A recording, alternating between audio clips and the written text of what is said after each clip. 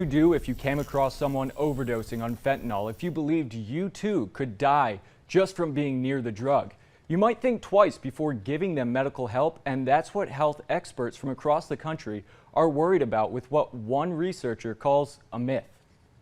Fentanyl. It's a deadly drug responsible for thousands of deaths each year. But health experts are pushing back against the narrative seen from law enforcement agencies across the country. It can be absorbed into the bloodstream through your skin, through mucous membranes, or by touching your mouth, nose, or eyes after exposure, or even by accidentally breathing tiny amounts of airborne powder. That sounds terrifying, but experts agree it's not plausible.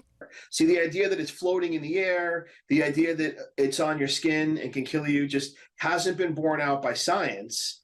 And there's never been an exposure case among police that's been confirmed by a blood toxicology.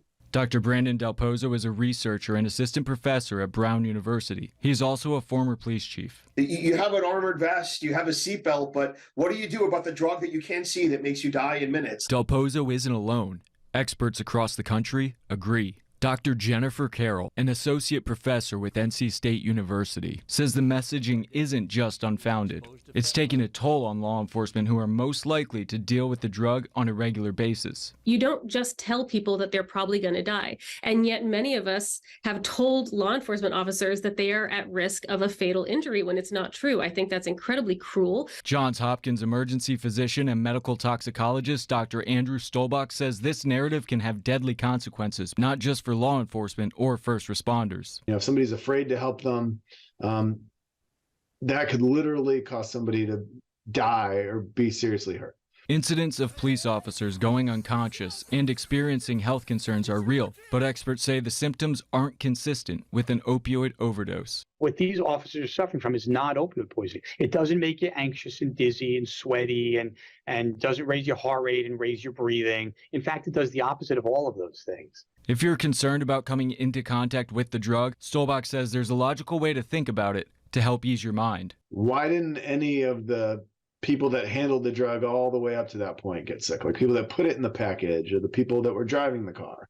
Buffy Taylor is the supervisor of the quick response team at Coastal Horizons. She knows just how devastating the drug can be. Fentanyl is extremely dangerous, and according to the CDC, about 150 people die every day from overdose due to fentanyl, some synthetic derivative of fentanyl. But in the end, medical experts agree. If people are told they could end up dead themselves by being near fentanyl, then more lives could be lost to the drug. We just want to reassure emergency responders, we want to reassure law enforcement officers, we want to reassure good Samaritans that if you see somebody who is an opioid overdose, please help them. If you have naloxone, give them naloxone, call 911, get help, because every second counts.